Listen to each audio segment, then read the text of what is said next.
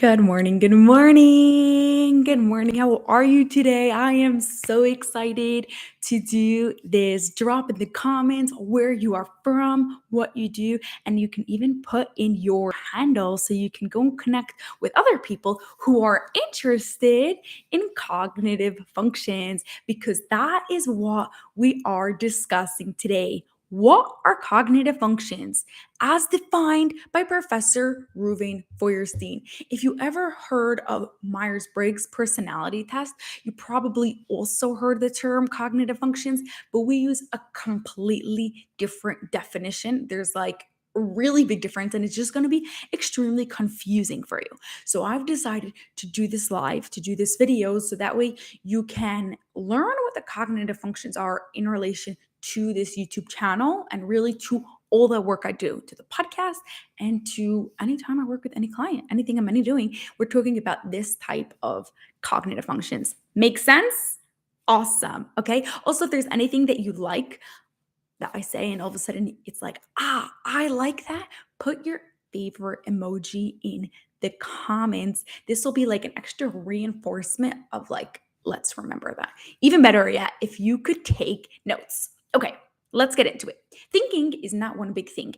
Thinking is made up of 28 parts called cognitive functions. Okay, so essentially, cognitive functions are thinking skills. We like to think of like, oh, I'm thinking right now. But what are you actually doing when you're thinking? You are thinking about the 28, you are using the 28 thinking skills in order to think. You are listening to this video, you are using your 20 thinking skills. If you type and you put in a comment, you are using some more of your 28 thinking skills. It is literally the skills behind all skills. So basically anything that you're doing, you need to use these thinking skills, whether you realize it or not. I am so happy you're here. Okay, so if you've ever heard of the term like thinking skills or executive functions or critical thinking, sorry, if you ever heard of the term critical thinking or executive functions, what you're actually using is your thinking skills. In order to do critical thinking, you need to use your cognitive functions. You need to use your thinking skills. In order to do executive functions, any of the executive functions, you need to use thinking skills, okay? Multiple of those thinking skills, multiple of those cognitive functions. I do use the terms cognitive functions and thinking skills interchangeably. So every single time I say the word cognitive functions, think in your head thinking skills. Every single time I say the word thinking skills, think in your head cognitive functions. Now, with 28 cognitive functions, naturally we are going to have some that are stronger than our some that are stronger and some that are weaker. It's just going to be like that, right? Like it's not going to exactly be possible for all of our cognitive functions to be in the same exact position of how good they each of them are. But here's the really cool part. No matter what, no matter how old you are, no matter what you've been through in your life, no matter what you do, no matter anything, you can improve your 28 cognitive functions. Always. At any age, at any stage, no matter what your diagnosis is, no matter how old you are, even if like people that have dementia or stuff, when they improve their cognitive function, it doesn't like get rid of the dementia, but it slows it down because you're actually improving how your brain is thinking. So what I'm going to do now is real quick, I am just going to read through the 28 cognitive functions. And as I read them, I want you to think about, hey, am I good at this? Or do I need a little bit more help in this? You could also take the cognitive function assessment that is linked to this video, and then you'll be able to really mark yourself and assess yourself to see how strong you are with each of them. Ready? Let's go. As I'm reading them, if you know there's one that you really want to learn about, put it in the comments so I know we can go deeper on that one. Just say like, put the name of whichever one I say in the comments, and then we'll go deeper on that one. Okay, ready? We have 28, so we are going to go through them quickly. We have number one, clear perception. Number two, Oh, no, clear perception is like when you take in information in a clear and organized manner through your five senses. That's how we take in information. But if there's like too much information and you just get like information overload and you can't actually think, that means you need a little bit of help with this cognitive function. Number two is systematic search. When you are looking for something, are you looking for it systematically in a specific system, or are you just looking everywhere and anywhere at any time? Number three, labeling. Do you call things by their right labels? Do you use its specific name for objects, ideas, concepts? Do you call them by their right name? Number four, orientation in space, understanding space. So that includes right, left, north, south, west, east, how much space something takes up, or if like we like crash into things while you're walking, not understanding like how much your brain doesn't understand like how much space your body takes up. Like I know I do that tons. Like it will just like crash. Like I'll be walking and I'll just crash into a table. Number five is being aware of time, understanding how much, how old, how often, sequence of events, how long something takes, anything that has to do with time. Number six, conserving constancies. That is being able to see what stays the same even when some of the things changes. So what needs to stay the same so this item is still the same thing, right? I could have two squares. One could be blue, one could be red. It doesn't make a difference that they're two different colors as long as they are both squares. But soon as one of them becomes a rectangle, even if they're both blue, they're not both squares. One's a rectangle and one's a square. Does that make sense? So seeing what needs to stay the same even when things are different. Number eight, holding two or more sources of information at the same time. Can you remember two or three or even four? What about five or six pieces of information at the same time? This is not doing six things at the same time. This is just holding the information in your brain at the same time. Okay, number nine, defining the problem. What is the actual problem here? What is the challenge here? What is the thing I need to solve? Number 10, I think we're up to number 10. Number 10, searching for relevant cues. What cues, what hints do I need to help me in this situation?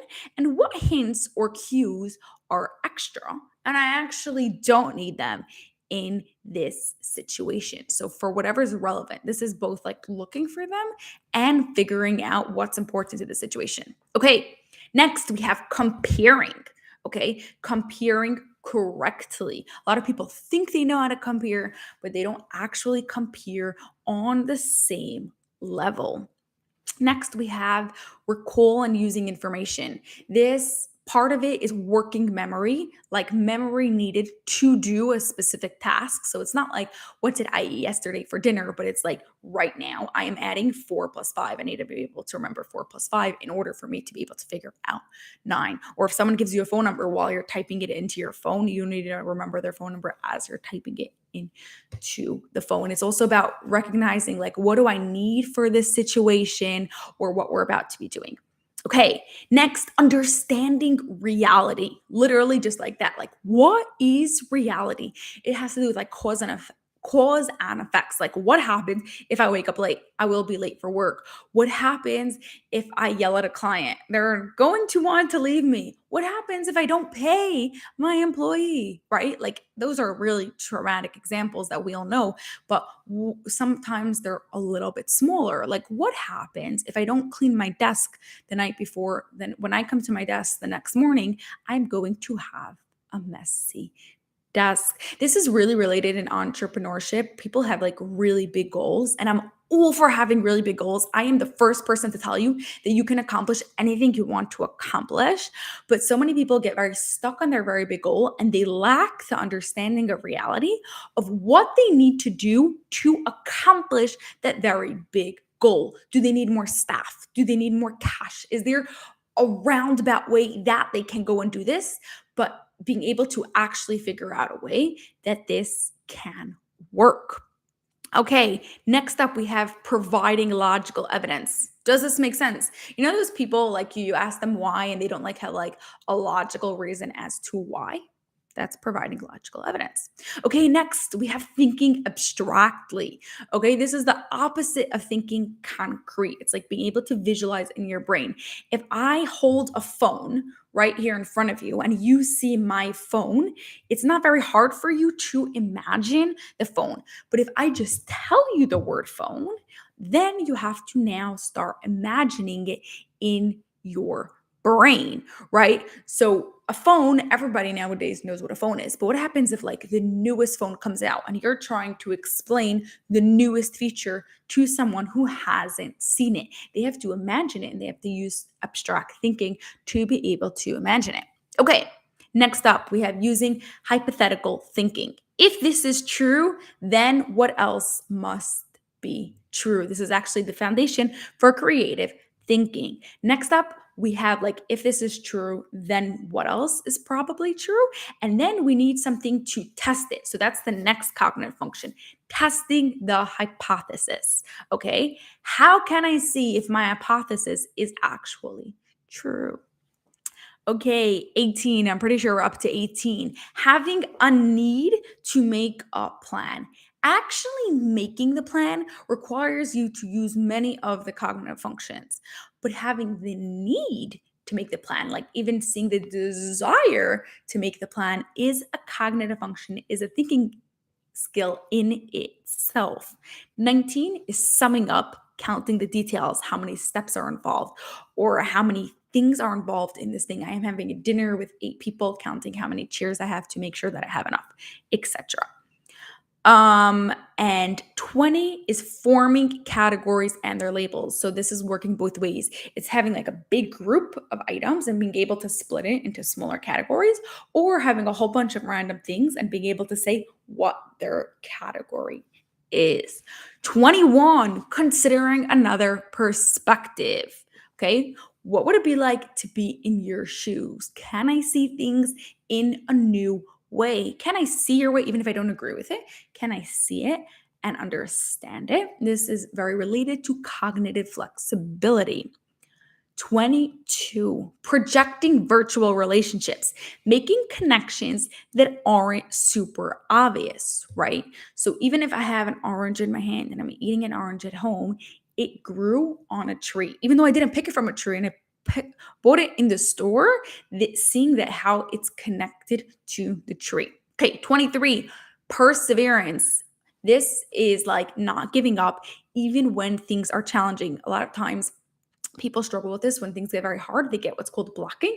There's like literally almost like a wall in your brain, and you feel like you can't continue and you can't move and you can't go on. If that is happening, you want to be able to develop the thinking skill of perseverance, of finding ways to break down this wall so you can still do the task that you're doing. 24, just a moment, let me think. This is stopping and thinking instead of just like random responses or even like trial and error. I know for some reason in America, schools teach trial and error as a really good strategy. And I'm not saying it's horrible, but so many times we do trial and error and it just wastes tons of time and forget about the amount of money that it could happen if we do trial and error in business without actually taking a few moments to figure out and see if you can actually come up with a strategy to help you in this situation. Okay. 25, giving a thoughtful response. This is being able to express yourself thought and in a clear and cohesive manner. This is about thinking before you say something, before you write something, making it in a clear way, giving a thoughtful response. 26, being precise and accurate. Oh, I think actually, I skipped one. Nobody quote me. Number 7, all the way back in the beginning, is collecting precise and accurate data. This is getting precise information. And this is a perfect example of where I wasn't precise. I am going through the 28 cognitive functions and I wasn't precise. I wasn't being precise. We have precise in 2 ways. We have precise when we're getting information. So if someone gives you a phone number, are you taking in the information accurately? accurately and not going one number off, because you know what happens. And then you can't call them, or you try to send them an email and it doesn't go through. And then we have precision again when you are telling someone. So right now, I was not precise when I skipped over being precise. Got that? Good. Okay. So if you're telling the phone number or giving the email address, then we have 27, visual transport, being able to copy something in your brain. So if you ever like copied something down from a screen onto your paper, you are visually transporting. You have to keep it in your brain in order to be able to write it down. And 28 is showing self-control, thinking before I speak or act. I think we all have this.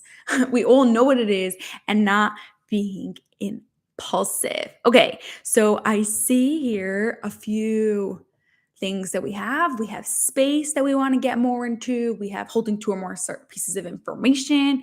We have searching for relevant cues, giving a thoughtful response, and showing self-control. I am going to take note of those, and we are going to do future videos of that. It's not going to be right now, but stay tuned because I will be doing more of that. What I do want to do with you, one more thing before we just end this, is think of something that is challenging for you. What is something that is challenging? Why is it challenging? Because many times there are many aspects to doing something that is challenging for people, right? So let's say, for example, it is a challenge for you to plan your day. And there are various aspects to planning a day. There is figuring out what tasks I need to do.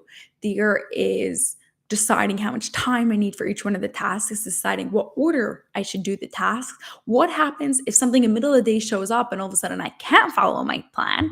And then, like, even following my plan, I just like wake up in the morning and I'm just not interested in doing it, right? What part of the task is the challenge for you? Okay. Now, I want you to take the cognitive function assessment that will be linked to this video right here at the bottom, and I want you to compare it to the cognitive functions.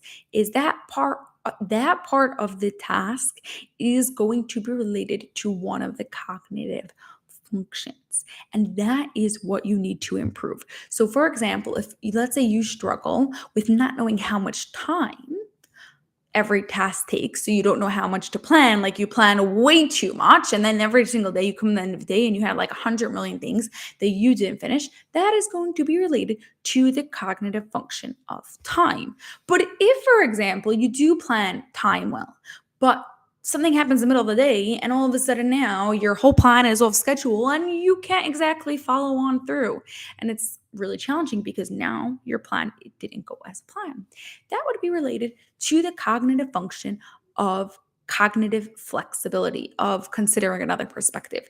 They go together, right? And then you would want to work on that so that way planning is easier for you. The point is that different people struggle with different things.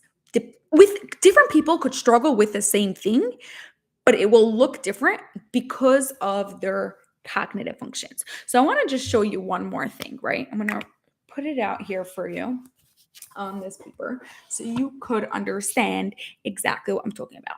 Let's say you need to do email marketing, just as an example. You are doing email marketing, or you know you need to do email marketing in your business, but you absolutely do not like it. It's just not something that you enjoy. There are many different cognitive functions that you are going to need in order to do email marketing. You need clear perception to be able to take in all the information in a clear and organized way. Very obviously, we need giving a thoughtful response because you need to be able to express yourself in a cohesive manner. We need considering another perspective because you need to consider the perspective of all those people that are reading the email. You need to be able to do hypothetical thinking to be able to understand how people are going, like what emails to do first and how people are going to respond to that emails based on what you did first, right? We need to use labeling because we are labeling all the things that we're putting in an email. And I could continue. You need to use many of the 28 cognitive functions. But if any of these are weak, it is going to be a challenge for you to do email marketing. But it's going to be different if you struggle with labeling and I struggle with giving a thoughtful response. We need a different solution to get better at email marketing. If we both take the same course on email marketing, we both might have a little bit of an easier time, but it might not work for one of us because let's say this email course is about giving a thoughtful response. I mean, they might not use it in those words, but all their tips and tricks is helping with giving a thoughtful response, but not with giving labeling. It will work for me, but it won't work for you. Does that make sense? So you want to improve this skill behind the skill you are trying to work on. That skill, that is the cognitive functions. Okay, that's it for today. I will see you guys